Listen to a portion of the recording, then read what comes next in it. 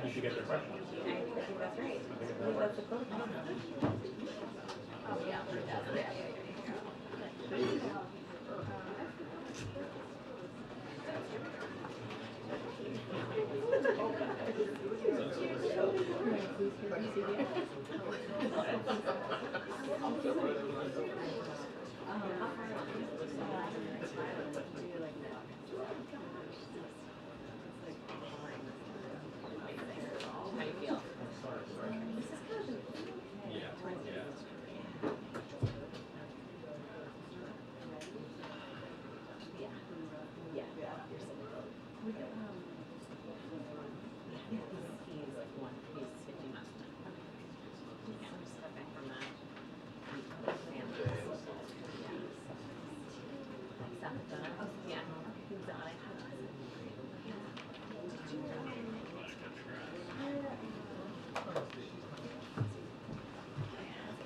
Good afternoon, everybody. Good afternoon, good afternoon. Okay, I just have one thing at the top, and then I'll turn it over to our guest. So I want to acknowledge that today marks 100 days since Evan Gershkovich was wrongfully detained by Russian authorities. The world knows that the charges against Evan are baseless. He was arrested in Russia during the course of simply doing his job as a journalist. And he is being held by Russia for a leverage because he is an American. The president has been very clear that we have no higher priority than securing the release of Evan, Paul Whelan, and all Americans wrongfully detained abroad. The team continues to work on these cases every day from all angles. Our message to Evan and to Paul is this: keep the faith. We won't stop until you are home. Now with that, we have, as you know, the National Security Advisor to the President, Jake Sullivan, who is going to give a preview of his trip to the NATO summit, as you all know, starting on Sunday, and take any other questions that you may have. Jake, the podium is yours. Thank you, Karine. Good afternoon, everybody. Thanks for bearing with me today. I'm going to start by laying out the plan for the trip that's upcoming this weekend, and then because there have been numerous reports on the provision of cluster munitions to Ukraine, I'll say a few words on that at the top and then be happy to take your questions. President Biden said on day one of his administration that the United States would revitalize our alliances and re-engage with the world to meet the great challenges of our time. And on Sunday, the president will depart for his next major trip overseas at a time when we have indeed regained our global standing as a strong and trusted partner for peace, progress, and security. This trip will reflect that progress, and it will showcase the president's leadership on the world stage. First, the president will travel to the United Kingdom. While in London, he will meet with King Charles at Windsor Castle and engage with a forum that will focus on mobilizing climate finance, especially bringing private finance off the sidelines for clean energy deployment and adaptation in developing countries. He will also meet with Prime Minister Sunak to consult on a range of bilateral and global issues. Next, the president will travel to Vilnius, Lithuania, to attend the NATO summit. This will take place against the backdrop of Russia's continuing brutal war against Ukraine.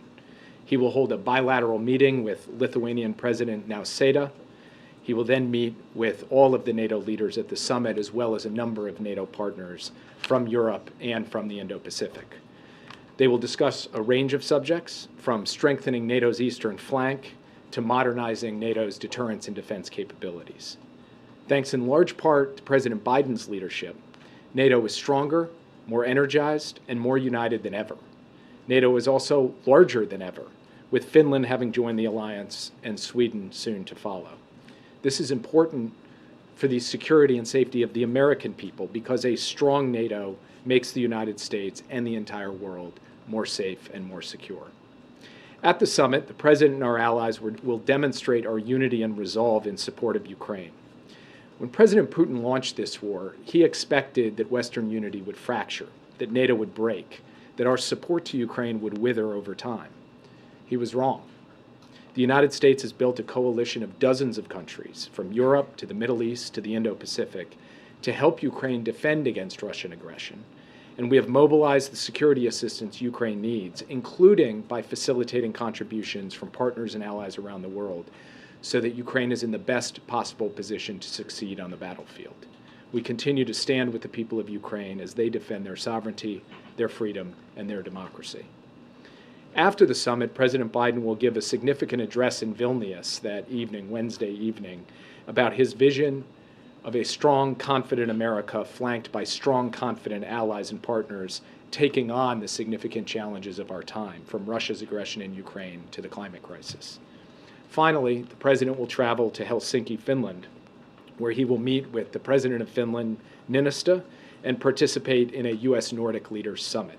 In these meetings, the President will advance our close cooperation with the Nordic countries on shared regional security objectives, along with shared efforts on technology, health, climate, and clean energy.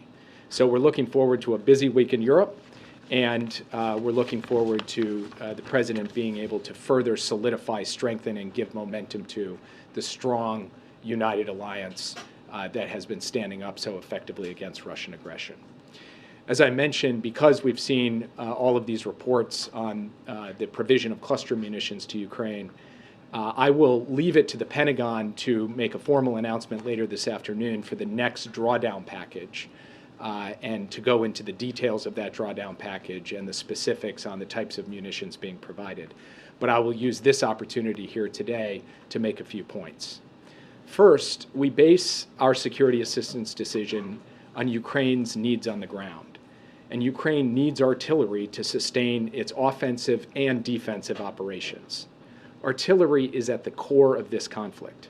Ukraine is firing thousands of rounds a day to defend against Russian efforts to advance and also to support its own efforts to retake its sovereign territory.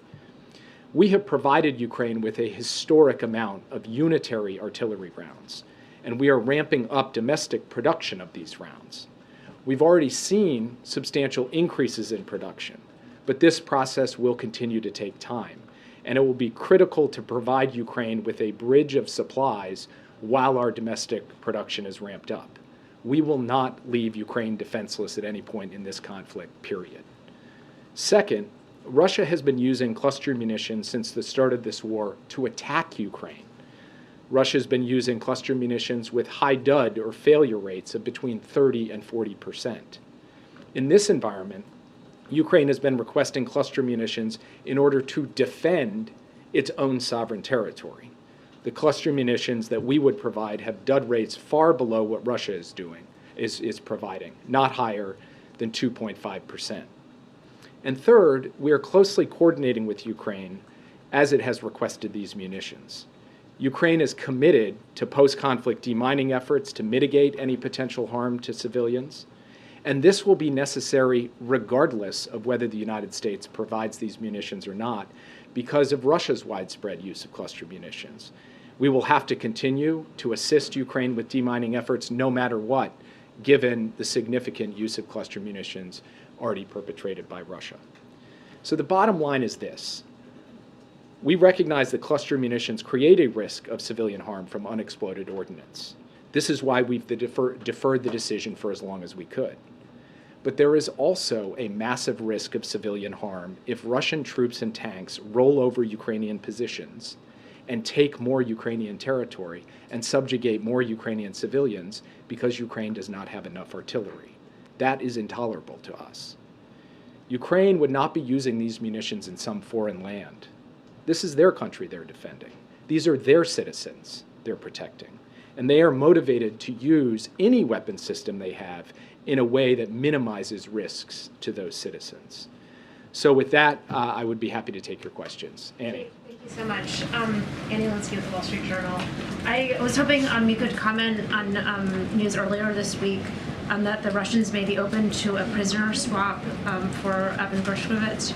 And I also had a question for you about how the uprising by the Wagner Group may, in your view, impact Russia's leaders' willingness or lack of willingness to make a deal that would release Evan.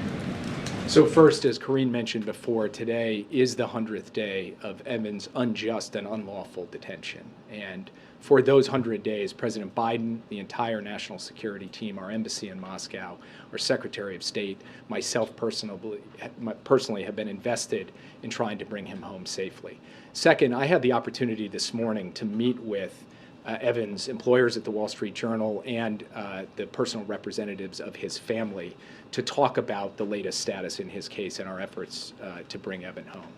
Third, we did see the comments from the Kremlin that there have been contacts between the U.S. and Russia regarding Evan and other unjustly detained Americans. It is true, and we have said that we remain in contact with Russian authorities at high levels on these cases to try to figure out a way to bring unjustly detained Americans home, including Evan. We have also made clear for months now, even before Evan was detained, as we were dealing with Paul Whelan, that we are prepared to do hard things in order to get our citizens home, including getting Evan home. I do not want to give false hope. What the Kremlin said earlier this week is correct. There have been discussions, but those discussions have not produced a clear pathway to a resolution. And so I cannot stand here today and tell you that we have a clear answer to how we are going to get Evan home. All I can do is tell you that we have a clear commitment and conviction that we will do everything possible to bring him home. With respect to the question of whether the recent actions by Prigozhin and the fallout from that creates new openings or opportunities, I can't say that I have perceived that directly, but of course, this is a story that continues to be written day by day, so we will have to see how things continue to play out in Moscow. In the meantime, we're going to stay laser focused on doing everything we can, both directly with the Russians and then with other allies and partners around the world who are invested in his safe return to try to get him out as soon as possible.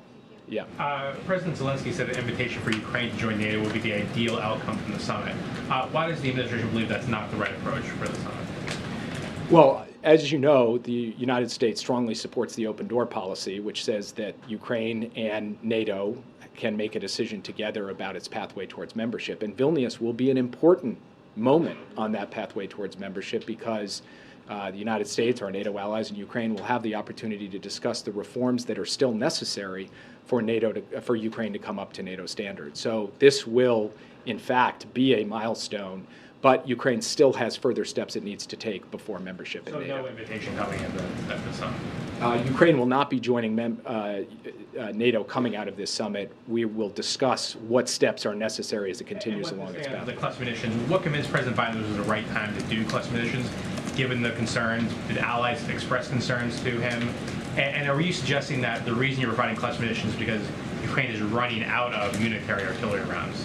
Is it to backfill that? So first, we have been looking at this for quite some time. And what we have been weighing is this basic question of civilian harm. The challenge of cluster munitions, as you know, is that even at low dud rates, there are some unexploded ordnance that is left, and that could potentially pose a risk to civilians down the road. So we did not immediately come out of the gate and provide this. But we had to balance that against the risk to civilian harm if Ukraine did not have sufficient artillery ammunition. We are reaching a point in this conflict because of the dramatically high expenditure rates of artillery by Ukraine and by Russia, where we need to build a bridge from where we are today to when we have enough monthly production of unitary rounds, that unitary rounds alone will suffice to give Ukraine what it needs. So as a result, this is the moment to begin the construction of that bridge so that there isn't any period over this summer or heading into this fall when Ukraine is short on artillery, and being short on artillery, it is vulnerable to Russian counterattacks that could subjugate more Ukrainian civilians. That is the thinking behind our decision. We consulted closely with allies in deciding to do this, and some allies who are not signatories to the Oslo Convention embraced it with open arms, said this is absolutely the right thing to do. Even allies who were signatories to the Oslo Convention, while they cannot formally support something that they've signed up to a convention against, have indicated both privately and many of them publicly over the course of today that they understand our decision and fundamentally that they recognize the difference between Russia using its cluster munitions to attack Ukraine and Ukraine using cluster munitions to defend itself, its citizens, and its sovereign territory. So we feel that this will in no way disrupt the very strong, firm unity that we have heading into the NATO summit in Vilnius next week. Yeah. Thanks, Jake. To follow up on the cluster munitions, last year in March, the U.S. ambassador to the United Nations, she described those munitions as, quote, exceptionally lethal weaponry which has no place on the battlefield. So how do you square those comments with this decision? And secondly, has Ukraine provided you with any assurances or guarantees in terms of their use in civilian areas, that they won't use them within a certain radius of civilian areas, for example? So Ukraine has provided written assurances that it is going to use these in a very careful way that is aimed at minimizing any risk to civilians. And by the way, Ukraine, the democratically elected government of Ukraine, has every incentive to minimize risk to civilians because it's their citizens, it's Ukrainians who they are trying to protect and defend. This is not Ukraine taking these and going and using them in the Middle East or in Southeast Asia or in some faraway land. They're using them on their territory to defend their territory. So we believe that they are highly motivated to do this, and beyond being highly motivated, they have, to directly answer your question, provided these assurances to us. In terms of the ambassador's comments and other comments that have been bandied about, let me just say that the use of cluster munitions by Russia in this conflict is completely unacceptable on multiple counts. First, they are using them to attack a sovereign country in flagrant violation of international law. Second, they are using them specifically to strike after civilian targets, not only military targets, also in flagrant violation of international law. And with this weapon system, as well as other weapon systems, we have identified war crimes committed by the Russians. Third, and critically, there is a big difference between the type of cluster munition being used by Russia and the type that we would provide to Ukraine. As I mentioned before, ours have a maximum 2.5% dud rate. The dud rate of the Russian munitions is between 30 and 40%. And just so I don't get this wrong, I will read it to you. The Department of Defense assesses that during the first year of the conflict alone, Russian-fired cluster munitions deployed from a range of weapon systems have likely expended tens of millions of submunitions or bomblets in Ukraine. And then the final point, I think this is an important point. When I talk about what Russia's doing with cluster munitions, I'm not making an argument which says, they do it, so we'll do it. The argument I'm making is that Russia has already spread tens of millions of these bomblets across Ukrainian territory. So we have to ask ourselves, is Ukraine's use of cluster munitions on that same land actually that much of an addition of civilian harm, given that that area is going to have to be demined regardless?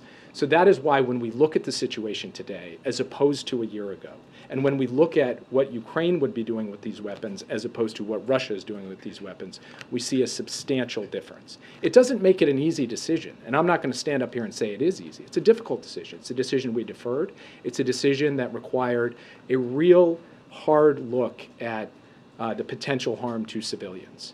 And when we put all of that together, there was a unanimous recommendation from the National Security Team, and President Biden ultimately decided in consultation with allies and partners and in consultation with members of Congress to move forward on this step. And Jake, are you satisfied with the pace and progress of the Ukrainian counteroffensive thus far? We get this question a lot. I'm not grading or judging the Ukrainian counteroffensive. I'm standing here in Washington, D.C. I'm not on the battlefield. My life's not on the line. So for me to sit here and say, I'm satisfied, I'm not satisfied, what I would say is that it is hard going. The Russians are dug in. They have thrown a lot of defense in manpower and munitions at this, and the Ukrainians have bravely, systematically been punching and pushing forward and will continue to do so. The Ukrainians also have a substantial amount of capacity. They have not yet committed to this fight. So the story of this counteroffensive is far from written, and we will continue to support Ukraine along the way. Jake, Yes. you said that Ukraine provided written assurances for how they would use these munitions. When was that provided? And also, can you just provide more details on what are those assurances? Does that So mean they location? provided them in the context of their written requests to us for these munitions. So they reached out and requested them. I couldn't give you the exact date, but some weeks ago. And in doing so, the assurance that they provided was that they intend to use these munitions in a way to minimize the exposure of civilians, so outside of civilian areas and outside of areas that civilians traffic. That is to say, on the battlefield where they are presently both trying to defend their territory and to move Are forward. there specific locations, though, red lines in those assurances, or did the administration advise them, only use these munitions in these specific locations? This is going to be an ongoing conversation because obviously the battlefield is shifting at all times. So it's impossible to set down a map and define this with the level of specificity that maybe your question implies. But it does mean that this conversation needs to be ongoing, just as it is with every other weapon system that we're providing Ukraine. And so far, we have found that when Ukraine provides assurances to the United States about the use of its munitions, it has followed through on that in terms of the limitations and constraints it's placed on those. And we expect the same in this case. And I just want to underscore again, I know I sound like a broken record, but the idea that Ukrainian men and women fighting for the armed forces of Ukraine want to willy-nilly use these things in a way that are going to harm Ukrainian citizens, which is somewhat implied in the questions, I find, at odds with their fundamental desire to protect their countrymen and their willingness to put their lives on the line to protect their countrymen. So that's why Prigozhin's location? I do not. Yeah. Follow up on Ukraine, and then I have a second question related to that. Is it the U.S. view that President Zelensky should attend the NATO summit, and how might his presence affect the outcome of the discussions? So we would welcome President Zelensky at the NATO summit. President Biden would welcome the opportunity to meet with President Zelensky at the NATO summit. The NATO summit will dive into the question of NATO's relationship with Ukraine, both the question of its pathway towards future membership and the question of an ongoing partnership that has existed for several years. And there will be important practical announcements in that regard at the summit. So President Zelensky's attendance at it would be very much welcome. With respect to Belarus, I'm sorry, Eastern European nations want NATO allies to beef up their security on the eastern flank, especially with Mr. Prigozhin's expected exile and the Wagner Group's expected exile into Belarus, which shares a border with Lithuania. Is the U.S. planning to announce any new security guarantees at the summit? We have the ultimate security guarantee for Poland and the Baltic states, and it's Article 5 of NATO, and we intend to defend every single inch of NATO territory. We've also put our money where our mouth is in terms of enhanced U.S. deployments in both Poland and the Baltic states, as well as Romania and other Eastern flank allies. I had the opportunity this morning to meet with my counterpart from Poland, the Polish National Security Advisor. The first and main topic of conversation was the evolving threat from Belarus. Both this question of whether Wagner will ultimately end up there, which, by the way, is still very much an open question, and the assertions about potential deployments of nuclear weapons on the territory of Belarus, and the role of Belarus in it and complicity of Belarus in Russia's aggression in Ukraine. These are all things that we have been taking account of going back to the start of this conflict, and we constantly look at everything from the positioning of NATO forces to the pre-positioning of various stocks and ammunition in the eastern flank. That will be a continued discussion at Vilnius, but this is an evolving picture, and so I don't think Vilnius is going to be the place where we put the final storyline down. It will continue to evolve as we go forward. Thanks, Jake. Does the U.S. support eliminating the need for Ukraine to fulfill a membership action plan that essentially establishes benchmarks they have to meet to qualify for NATO membership? So we're looking at that question. That is an active discussion among allies right now, whether Ukraine has in fact moved beyond the need for MAP. I won't get ahead of where leaders will end up at the summit, but that's under active consideration. Yeah. Just one on a bilat with Erdogan. Is this going to be a pull-aside that the president is planning to have, or will this be like a full-blown bilateral meeting to discuss Sweden's NATO membership? I don't have anything to announce today, but I think you can expect that President Biden and President Erdogan will talk in Vilnius in exactly what format that takes remains to be seen. Yeah. Two questions. First on the munitions. Germany has opposed them. Does that suggest any cracks in the alliances to you? What do you make of that opposition? So first, what I saw Germany say today was three things. Number one, they're confident that the United States took this decision carefully and after weighing all considerations. Number two, Russia has used these in an intolerable way to attack Ukraine. And three, every weapon system Ukraine is using, it's using to defend its people and to retake its own sovereign territory. I think if you read what the German Chancellery and the German spokesperson put out today, you will see that they are a signatory to Oslo. They don't they don't have or transfer cluster munitions, but nothing in what they have said today suggests there are any cracks in NATO unity. Quite the contrary, there's deep understanding, we believe, across the alliance about the fundamental challenge Ukraine faces and about our collective desire to ensure that we're providing Ukraine with what it needs to defend itself. Sorry, when it comes to specifically, please, can you tell us specifically when the president signed the authorization? And also, we have seen over the course of this war how there were some no-go topics, F-16s, cluster munitions. Both of those are moving forward. Is there a line where the U.S. won't cross? Obviously, the president has said no U.S. personnel inside Ukraine. Is there some other limit, or does this suggest to President Zelensky that whatever he needs, ultimately he will get? The president has been very clear from the very beginning of this conflict about two things that have been unwavering. First, the United States is not going to war with Russia in Ukraine. And second, the United States is not providing weapons to Ukraine to attack Russia. We do not encourage or enable attacks on Russian territory from Ukraine. The question of weapon systems has evolved as the conflict has evolved, but those two fundamental precepts have been true from the start. They remain true today, and they will be true tomorrow as well. When did he sign it, sir? I can't give you the exact specifics on that, but because I'll let the internal processes kind of have their sanctity. But he approved it, as I said, after a unanimous recommendation from his national security team. Yeah.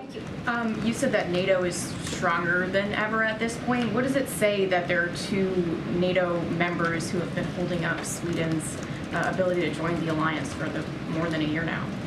So the last NATO ally to come into the alliance before Finland, I believe it was Montenegro, and I think it took something like 19 months for them to come in. I think a lot of people's perceptions about the accession process have been shaped by just how fast we moved to get Sweden and Finland ratified here in the United States on a bipartisan basis, how fast Finland came in, and then how it has only been a year since Sweden sought membership, and we are confident that Sweden will come in the not-too-distant future and that there will be unanimous support for that. And then I would go beyond that to say, in terms of what it says about NATO's strength, here you have two historically non-aligned countries who for decades did not join NATO, seeking to join NATO. I think there is no clearer indication of the strength, attraction, and cohesion of NATO than that. Yeah. So I understand your point about reforms that Ukraine still needs to do in order to fast-track its membership. Also your point on MAP, but just going kind of broader from that, my understanding is that the president believes that a fast-track membership for Ukraine is an invitation rather than a deterrence to war with Russia. He has several times expressed his concern for nuclear escalation. Can you first confirm whether my understanding is correct, and if so, can you explain the calculus behind the president's decision on that? What led him to that conclusion? The president has repeatedly said that there is an open door, that there is a pathway for Ukraine, and that Ukraine needs to take additional reforms to complete its work towards NATO membership. That has been his position from the beginning. That remains true today. That will remain true at Vilnius. The president also has been clear that we are going to support Ukraine for as long as it takes and provide them an exceptional quantity of arms and capabilities, both from ourselves and facilitating those from allies and partners, but that we are not seeking to start World War III. That is the course that we've been on since the start of this conflict. That is the course we remain on today, and we believe that we have been able to mount a vigorous, concerted, effective, dynamic response to Russia's aggression in support of the brave people of Ukraine. Confirm reporting that former U.S. officials have held secret talks with Ukraine, with prominent Russians to lay the groundwork for a negotiation towards a peace deal? I actually appreciate this question because I think that the reporting suggested something that, in fact, has not happened. My understanding is there was a meeting at the Council on Foreign Relations with the foreign minister of Russia. That meeting did not include participation from the United States government. The United States government did not pass messages through that meeting. The United States government did not seek to pursue diplomacy, direct, indirect, or otherwise through that meeting, period. There are also contacts between private American citizens and Russians. That has been happening not just in the last year, but for the last 75 years, since time immemorial. The United States government is not using any of those contacts to pass messages, to promote diplomacy, direct, indirect, or otherwise, and any suggestion to the contrary is simply untrue. Yeah. Jack, I have two questions. South Korean President Yoon and the Japanese Prime Minister Kishida will discuss the issue of discharge of contaminated water at the NATO summit this time. Do you know already know that yesterday IAEA Secretary General Grossi visited to South Korea, and he said that he will not take responsibility for the discharge of contaminated waters. What is the United States position on the IAEA's report on the discharge of contaminated water in Fukushima? And I follow up second question. From our perspective, the IAEA Secretary General's report was based on the professional analysis of the competent international institution, and I'll leave it at that. I would also say that the ROK government made its own statements and reactions to that, which we thought were quite constructive. Yeah. U.S. and South Korea NCD meeting, Nuclear Conservative Group meeting, will be held in Seoul very soon, this month. Do you have any contents of this meeting? Who will gonna be attending this meeting? I don't have anything to announce today. I will say, though, that I spoke with my South Korean counterpart last evening to discuss preparations for that meeting. It will be an important meeting. There will be high-level participation by the United States because this is an important issue on which we place priority, and launching the Nuclear Consultative Group is a specific outcome of the Washington summit between President Yoon and President Biden, an outcome of the historic Washington Declaration, and you will see in this meeting that we are quite serious about taking this effort forward. Last question. Thank you. Jake, 5 days after cocaine was found here in the White House, congressional Republicans seem like they're very close to launching some sort of formal investigation. I'm curious, from a national security perspective, Wade, what was your reaction when the drugs were found? And B, was there any risk to security, either to the president, to your staff, anybody that would work out of the sit room, for this stuff to be so close to where you work?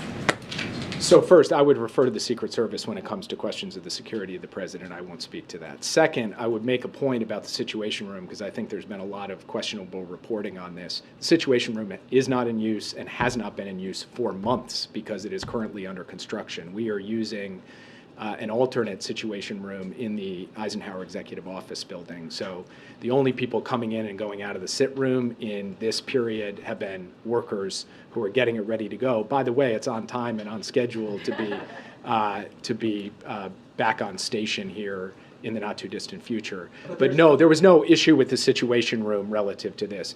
And then finally, look, we have rigorous drug testing policies at the White House. We have rigorous drug use policies here at the White House. We take those extremely seriously. So we'll let the investigation unfold. If it involves someone from the White House, the appropriate consequences will ensue. If it involves some visitor who came in and left it, then that's a different matter that raises a different set of questions that are less relevant to my line of work. So I will leave it at that. But I do not believe at present, as things stand here at the podium today, that we are facing some national security threat, an ongoing national security threat. Yeah, exactly. We're facing other national security threats. NATO Secretary. Yeah, last one. Thank you, Jake. NATO Secretary General Stoltenberg said after his meeting yesterday that there is good progress towards Sweden joining NATO, but there are still gaps. So how would you assess the likelihood at this point of an agreement on Sweden's NATO membership? I will make no predictions. I will just say that President Biden had the opportunity to meet with the Swedish Prime Minister here in Washington to express his solidarity with Sweden for its application for membership. We believe that Sweden should be in NATO as soon as possible. And we would love to see it happen at Vilnius. It is possible that it does. It is possible that it doesn't happen until some period after, but we believe it will happen in the not too distant future, and that those gaps can be closed, everything can be resolved, that there is fundamentally goodwill from all of the parties to get this done. It's a question of time, and I can't predict whether that'll happen next week or at some point in the ensuing weeks. And with that, I said it was my last question, so thank you guys. You blew off 5 rows of this room, just FYI. Thank you for coming. Thank you, Jake. Thanks for coming. Okay, just have a couple things at the top, and I know that there is an event with the president shortly. Okay. So President Biden has made combating the opioid crisis a key part of his agenda and has taken decisive actions to reduce both the supply of illicit fentanyl and negative health outcomes associated with illicit drugs. Today, this administration is continuing to take action and bringing together countries from around the world to act. Following through the commitment President Biden made in Ottawa this year, today the Department of State brought together more than 70 countries and international organizations to launch the Global Coalition to address synthetic drug threats. This effort will continue to bring global attention and action to address the public health and security threats posed by synthetic drugs like illicit fentanyl. And another thing that I wanted to add, as I just mentioned, we're going to go see the president shortly for his event. So as it relates to what he's going to announce, you heard the president talk about Bidenomics and how he's growing the economy from the middle out and bottom up, not top down, not the trickle-down economics as we have seen. So this afternoon, the president will talk about new actions to further cut costs for American families. First, we're cracking down on junk insurance. New proposed rules would close loopholes the previous administration took advantage of that allow companies to offer misleading insurance plans and trick consumers into junk plans. Next, we're going to after surprise medical bills. We're going to go after this, after these surprise medical bills. Under this administration, we've taken action to prevent 1 million surprise medical bills every month. Today's new guidance prevents abuse of those protections. Finally, we're taking action to stop unfair medical debt. For the first time in history, the Consumer Financial Protection Bureau, HHS, and Treasury are looking into medical credit cards and loans to see if companies are adhering to consumer protections. And then later today, as well, you'll hear from President Biden on these new steps, not later today, but in just like 30 minutes or so, to deliver on his promise to cut costs for families. That is really a big part of what Bidenomics is, to make sure that we're lowering costs for American families and also that we have an economy that works for everyone. This morning, as you all learned, 209,000 jobs were created last month for a total of 13.2 million jobs created since President Biden took office. We've regained all the jobs lost during the pandemic and created nearly 4 million more jobs. That includes over 1.5 million jobs in manufacturing, construction, and research and development. The focus of the president's Investment in America agenda. You heard from the president yesterday talking about investing in America and what he continues to do for red states and blue states and for Americans across the country. As you all know, the unemployment rate is 3.6% and has been under 4% for 16 months in a row, the longest stretch in over 50 years. And more Americans are joining the labor force, the share of working age Americans who have jobs at the highest level in over 20 years. So as the president said this morning, and I quote, this is from his statement about the jobs report, I quote, that's Bidenomics, growing the economy by creating jobs, lowering costs for hardworking families, and making smart investments in America.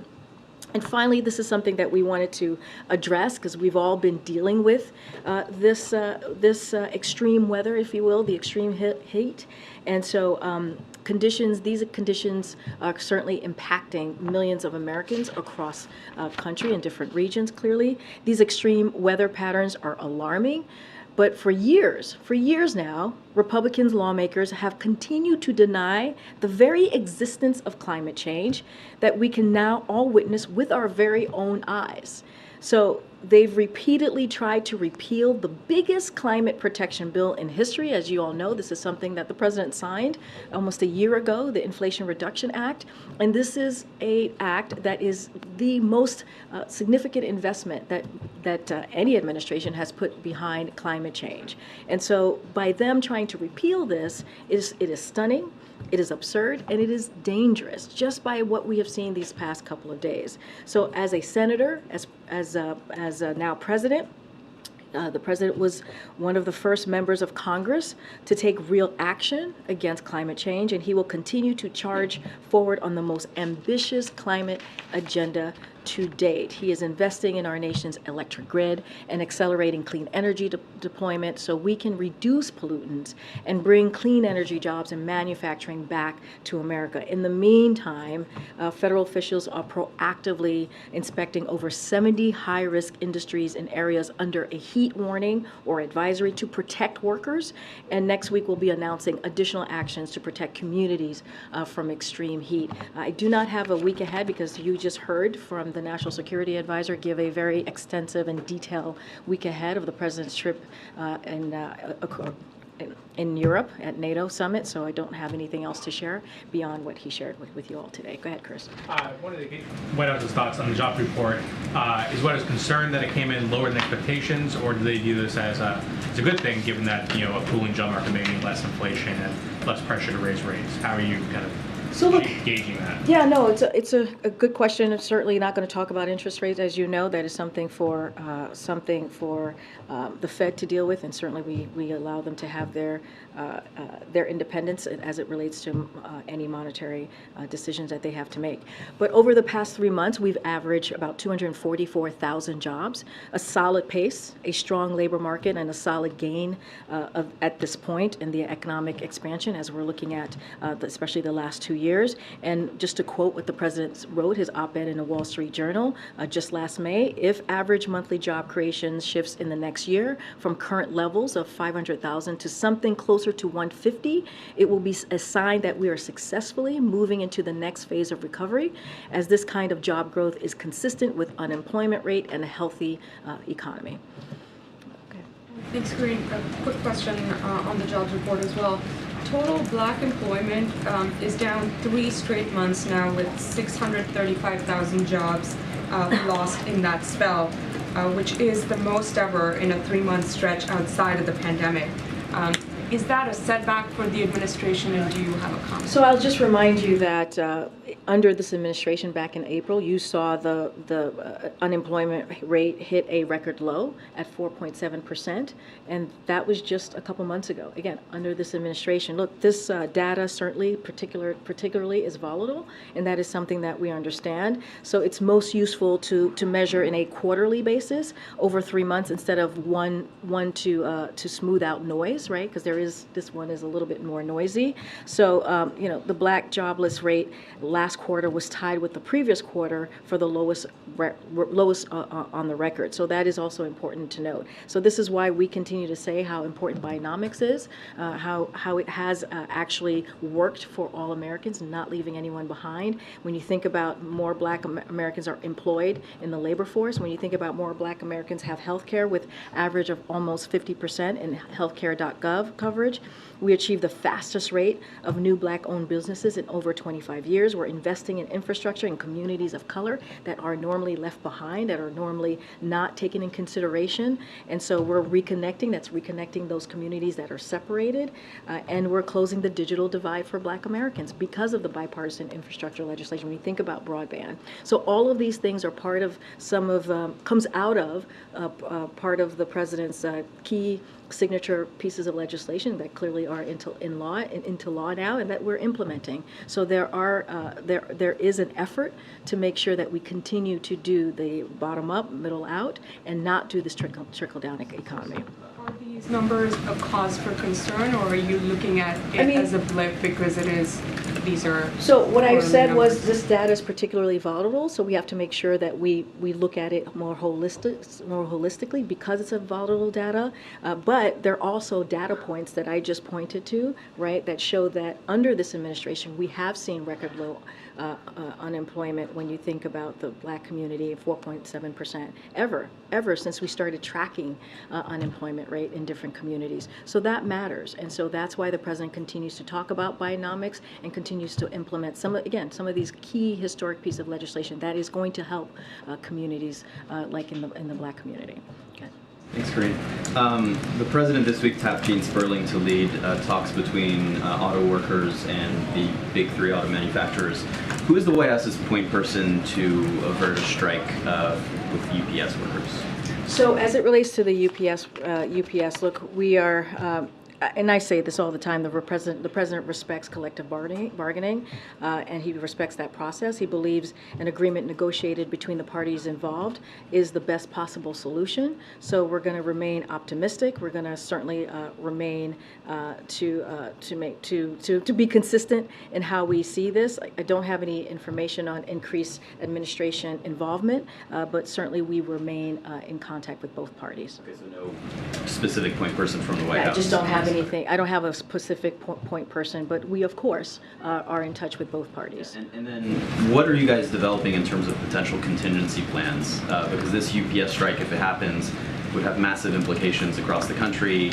It's understood that FedEx and USPS would not be able to handle all of the packages that UPS handles if the strike goes forward. So is there anything the White House is doing to prepare for that possibility at the end of the month?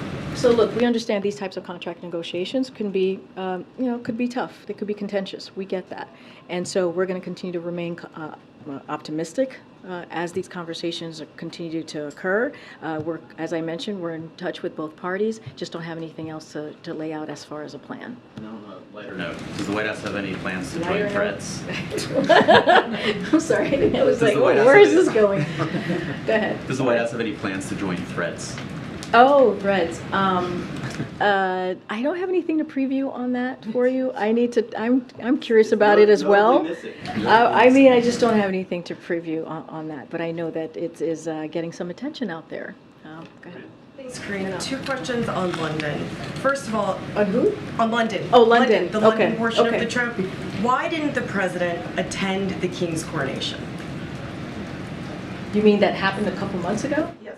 Why didn't he attend the coronation? I think we addressed this. I think we mentioned that he had a call with the king and congratulated him, and they said that they would get together later on, and they are. That's what you're going to see early this week. I don't think there's no there. They're going to see each other in a couple of days, and I think that's a good thing. So initially you also described it as a state visit, but this isn't a state visit, so what happened there? I'm not going to get into specifics of what this is going to be called. I think what's important is that the president's going to go to London. He's going to go to the UK. We have a long history with the United Kingdom, with the people of the United Kingdom, and I think it's important that the president's going to go out there and he's going to have a meeting with not just the king, but also the prime minister. And I think that's what you're going to see, continuing a partnership with the United Kingdom, and I think that's important. Okay, Karen. Thanks, Karine. Has the president been kept updated on the cargo ship fire in New Jersey, and has he talked to Governor Murphy about this? Yeah, which is clearly devastating. The president certainly has been kept updated on what's been going on with the cargo ship at Port Newark, and so we've been in touch with the Coast Guard and local authorities to coordinate on the response. Obviously, our hearts go out to the families of the firefighters who lost lives in the line of duty while bravely battling this fire, and our thoughts are with those who suffered injuries, and we wish them certainly a speedy recovery. We're going to continue to monitor the situation closely, this incident, and stand ready to provide as much assistance as needed to help contain the fire and get port operations back to normal. But certainly our heart goes out to the firefighters and their families. There was a report that according to the head of the Firefighters Union, the president called the families of fallen firefighters to offer his personal condolences. Can you confirm that? I don't have any calls to confirm. As you know, the president, that is not unusual for the president to call families, especially in these types of awful tragedies. I just don't have anything to confirm at this time. Go ahead. Thanks, Karine. Secretary Yellen said in China that she wants China to play by a fair set of rules. So how can the White House make a country that engages in IP theft, forced labor, hacking, to play by a fair set of rules? So look, and I think I may have talked about this earlier this week. If not, this visit comes at an important time in the bilateral relationship, right? That is what's important here. With new economic leadership team in place in Beijing, it comes at a key junction for the global economy, and so we think it's important to continue to have these conversations with China, with other countries as well. Look, they're going to continue, and I've said this before. China is going to continue to be around and be a major player on the world stage. So it is important to have intense competition, requires intense diplomacy. That's what you see Secretary Yellen do. That's what you saw Secretary Blinken do. These are the type of conversation that the president has had with President Xi and meetings that he's had with him as well. And it is important to manage this in a responsible way. And so we think it's also important to continue the open line of communications, as we have said over and over again. And as it relates to the economy, global economy, having the Secretary of Treasury there in China as we talk about, again, global economy, I think is incredibly important, and the president believes it's incredibly important. I also wanted to ask about the United Auto Workers who are asking the EPA to soften the electric vehicle rules. Is that something that the administration would consider? So as it relates to the UAW, look, again, collective bargaining, that's something that the president believes is really important. I think I think you were mentioning to me, Jeremy was mentioning Gene Sperling, who is certainly playing a role here, is one of the White House point person on key issues related to the UAW. This is about the administration's rule to get people into electric vehicles, though. I hear you. I'm not going to get, I'm not going to get into specifics. I'm just letting you know that as Gene Sperling certainly has been a contact here and will ensure that the administration-wide coordination across interested parties and among White House policymakers, that conversation continues, that we work hand in glove with the acting secretary as well of labor. And I just don't have anything else to share beyond that. But certainly we have someone who is coordinating, helping to coordinate some of these conversations. I'm just not going to get ahead of that. Great, thank you. Some Democrats have said that giving cluster munitions to Ukraine undermines America's reputation as a human rights defender around the world. What's the White House response? I mean, we don't believe that it undermines our reputation of being human rights defenders. This is something that we say all the time, right? When it comes to human rights, when it comes to having those conversations with either our partners or other heads of state, the president is never shies away from having those conversations. Look, I mean, Jake said this when he was here. We have to remember what's happening in Ukraine, right? Ukraine is defending itself. It's defending its freedom. It's defending its sovereign territory. And that is what we're doing here. We're making sure that they are able to do that. This is a war that Russia started. This is an aggression by Russia. And so we have seen bipartisan support in what we're trying to do in helping Ukraine, fighting for their freedom. And I think we're continuing to see that. But as it comes to human rights, the president will always be very clear and have very honest conversations with our partners and other heads of states across the world. Thank you. Jake Sullivan mentioned that President Biden took this decision about cluster munitions after consulting with allies. So I wanted to see if you could provide some details about if Germany was consulted or Poland, what countries were. I'm not going to go into each country that was consulted, but clearly those are some of our allies, correct? And so I'm just not going to get into details, but certainly the president did consult our allies and partners here. Look, when you look at the last 16 months of this war that we saw that this Russia aggression in Ukraine, we have seen a NATO alliance that has been strengthened because of the leadership of this president. We've seen bipartisanship here. We have seen Europe come together, the West come together to make sure that we do everything that we can to help Ukraine fight for its freedom. And so that is really important. We got to remember what's at stake here. What's at stake is democracy. And so the president is going to do everything that we can to help the people of Ukraine fight for those freedoms. Go ahead. We've talked a lot about assistance in terms of the security side today, but should we also expect any commitments on the humanitarian side with next week, either to those in exile in Lithuania or refugees in Poland?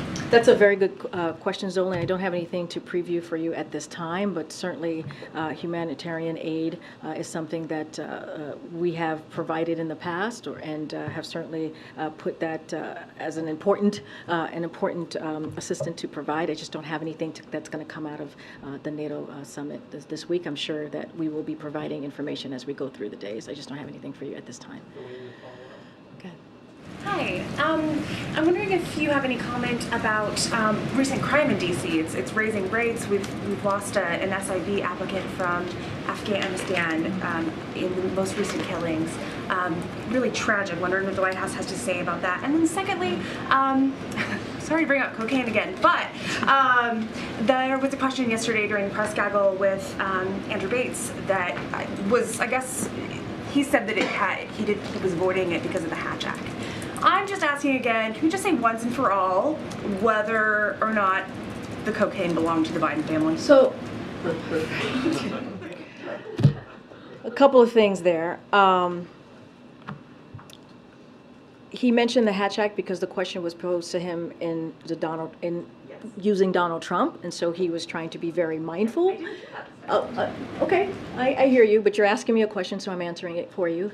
And so that's why he said the Hatch Act. So I would, have you read the transcript and read the transcript fully so you can see exactly what he was trying to say. So that's number one. So we're not avoiding the question. That is not true. We've answered this question, litigated this question for the last 2 days exhaustively. There has been some irresponsible reporting about the family. And so I got to call that out here. And I have been very clear. I was clear 2 days ago when talking about this over and over again as I was being asked a question. As you know, and media outlets reported this, the Biden family was not here. They were not here.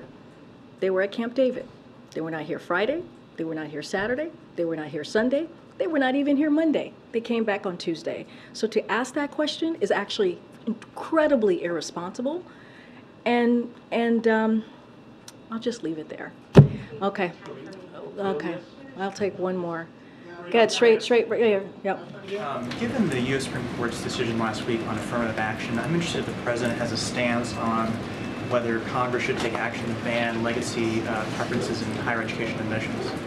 I don't have anything further to add on the President's position on what you just laid out. What I can say is, and the President said this, he gave a full-throated kind of remarks on what he saw the Supreme Court do, which was unprecedented, which is, as you all know, this was when you think about affirmative action, it had been a constitutional kind of constitutional right for decades, and had been held up by Republicans and Democrats, and so it was another another act by the Supreme Court that was unprecedented when you think about the Dobbs decision and now this, and so let's not forget the President was, when he was senator, he was the chair of the Judiciary Committee, and he has the expertise, he understands how this all works.